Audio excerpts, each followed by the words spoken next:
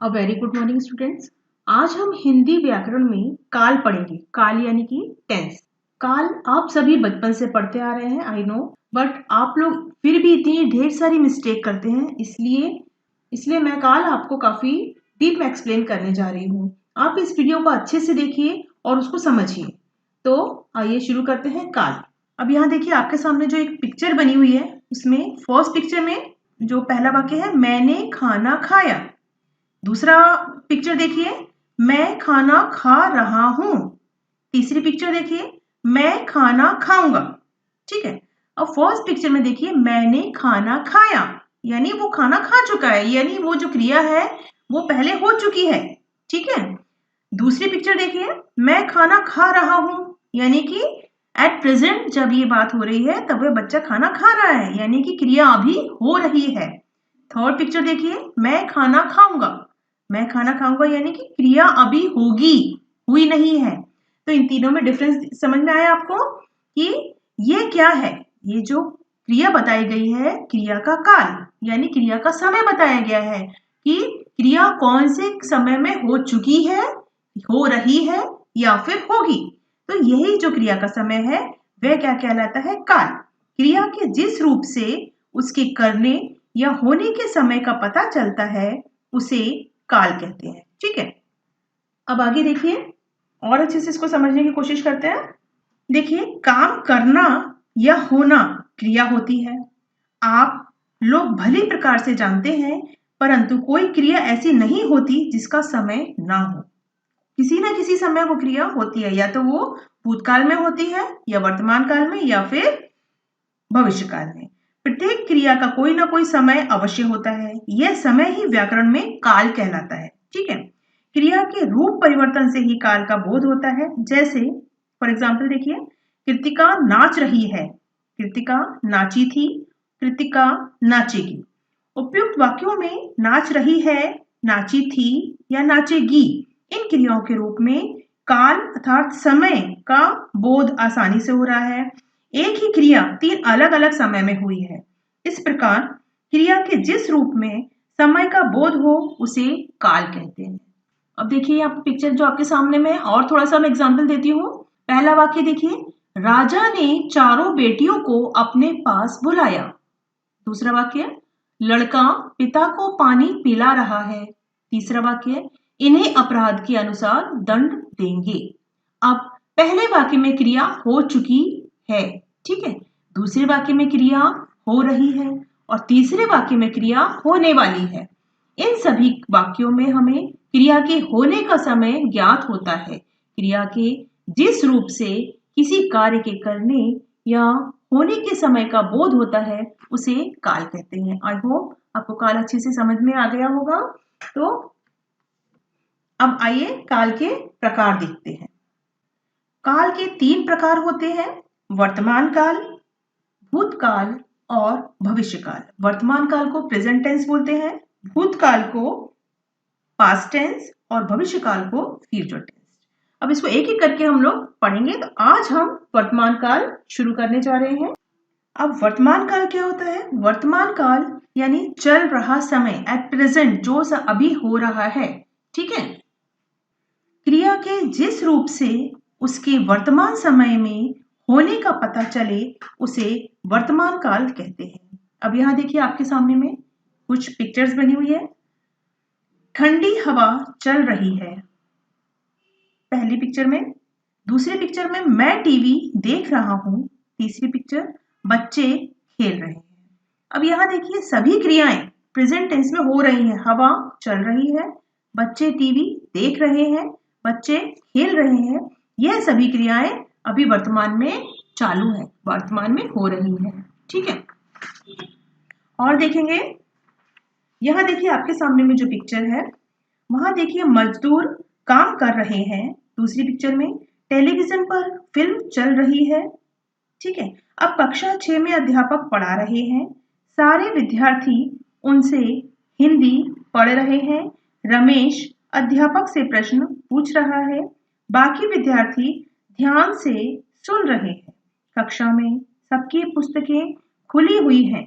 दिए गए चित्रों के आधार पर क्रिया चल रही है। यानी इन तीनों ही चित्रों में सभी क्रियाएं कैसी हो रही है? अभी चल रही हैं। कर रहे हैं, चल रही है, पढ़ा रहे हैं, पढ़ रहे हैं, पूछ रहा है, सुन रहे हैं तथा खुली हुई है। क्रिया के रूप क्रिया के चलने, किए जाने का बोध करा रहे हैं, अर्थात क्रिया अभी चल रही है। इस प्रकार जो समय चल रहा है उसमें क्रिया के होने का बोध कराने वाला काल वर्तमान काल कहलाता है। वर्तमान काल अर्थात चल रहा समय जो समाप्त अथवा बीता नहीं है। ठीक है। वर्तमान काल में यह काम उसी समय होता है या हो रहा है, इसे वर्तमान काल कहते हैं। वर्तमान काल क्रिया के जिस रूप से कार्य का वर्तमान काल में होना पाया जाता है उसे ही वर्तमान काल कहते हैं। वर्तमान काल के 3 उपभेद हैं: सामान्य वर्तमान काल, अपूर्ण वर्तमान काल और पूर्ण वर्तमान काल।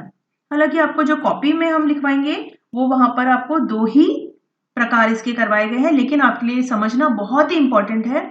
आगे 9th या 10th स्टैंडर्ड में आपको इसके भी आगे ज्यादा प्रकार बताए गए हैं। ठीक है, तो अभी यहाँ पर हम वर्तमान काल के 3 प्रकार पढ़ेंगे। पहला सामान्य वर्तमान काल, दूसरा अपूर्ण वर्तमान काल और तीसरा पूर्ण वर्तमान काल। ठीक है, तो अब आइए देखते हैं इसका पहला प्रकार सामान्य वर्तमान काल। अब देखिए सामान्य वर्तमान काल क्या होता है, ध्यान से सुनिए। क्रिया का वह रूप जो वर्तमान काल में होना पाया जाए उसे सामान्य वर्तमान काल कहते हैं। जैसे राम दूध पीता है, माँ मंदिर जाती है, हम व्यायाम करते हैं, वे जाते हैं। इस तरह के जो वाक्य आते हैं उसे हम सामान्य वर्तमान काल में रखते हैं। ठीक है, सामान्य वर्तमान काल के कुछ और उदाहरण देखिए। बंदर पेड़ पर चढ़ता है, श्याम पत्र लिखता है, कमल आती है, लड़के खेलते हैं, मैं पत्र लिखती हूँ। अब सामान्य वर्तमान काल में क्रिया को ता, ती, ते लगता है। ओके, अब स्त्रीलिंग है तो करती है और पुल्लिंग है तो करता है। ठीक है, नपुंसक लिंग के लिए ते। ठीक है, तो सामान्य वर्तमान काल में क्रिया को ता, ती, ते लगता ही है, ये आपको ध्यान में रखना है। अब देखिए इसका वर्तमान काल का दूसरा प्रकार अपूर्ण वर्तमान काल। अब अपूर्ण वर्तमान काल क्या होता है कि जो क्रिया पूर्ण अभी नहीं हुई हो। जैसे एग्जाम्पल देखिए, मैं खत लिख रहा हूँ, गाड़ी आ रही है, पिताजी खाना खा रहे हैं, सुरेश रो रहा है।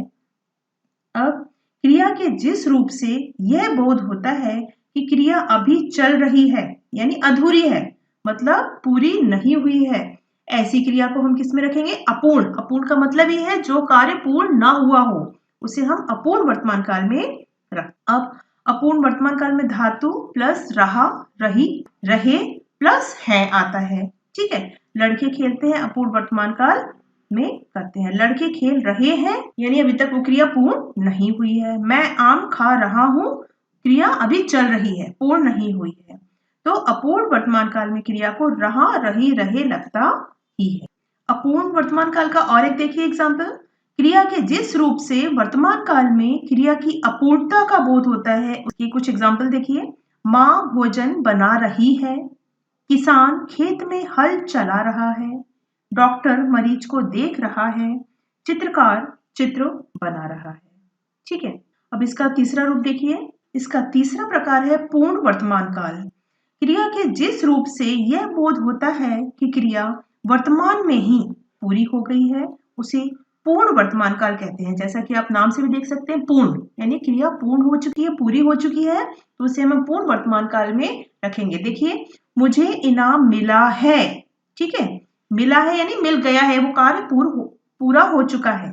चंदन गांव से आया है, गांव से आ चुका है। ठीक है, कार्य उसका पूरा हो गया है। मैंने खाना खाया है, उसका भी काम पूरा हो चुका है। उसकी शादी हो गई है, तो यह कार्य भी पूर्ण हो चुका है। ऐसी क्रियाओं को हम किस में रखेंगे? पूर्ण वर्तमान काल में। क्रिया के जिस रूप में वर्तमान काल में कार्य पूर्ण सिद्ध का बोध होता है उसे पूर्ण वर्तमान काल कहते हैं। और इसके एग्जाम्पल देखिए, वे बाजार गए हैं, सीता ने दूध पिया है, मैंने मिठाई खाई है, पिताजी ऑफिस गए हैं। ये सभी क्रियाएं आप ध्यान से सुनिए, ये सभी क्रियाएं पूर्ण हो चुकी हैं, तो इसको हम किस में रखेंगे? पूर्ण वर्तमान काल में।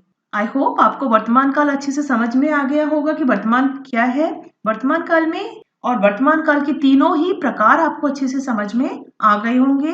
सामान्य वर्तमान काल, पूर्ण वर्तमान काल और अपूर्ण वर्तमान काल। आप इस वीडियो को एक बार फिर से देखिए, अच्छे से समझिए और इसको अच्छे से समझ के हिंदी व्याकरण कॉपी में आप इसको लिखिए। अब इसके आगे हम भूतकाल पढ़ेंगे, जो कि हम नेक्स्ट वीडियो में कंटिन्यू करेंगे। Okay students, thank you, have a nice day.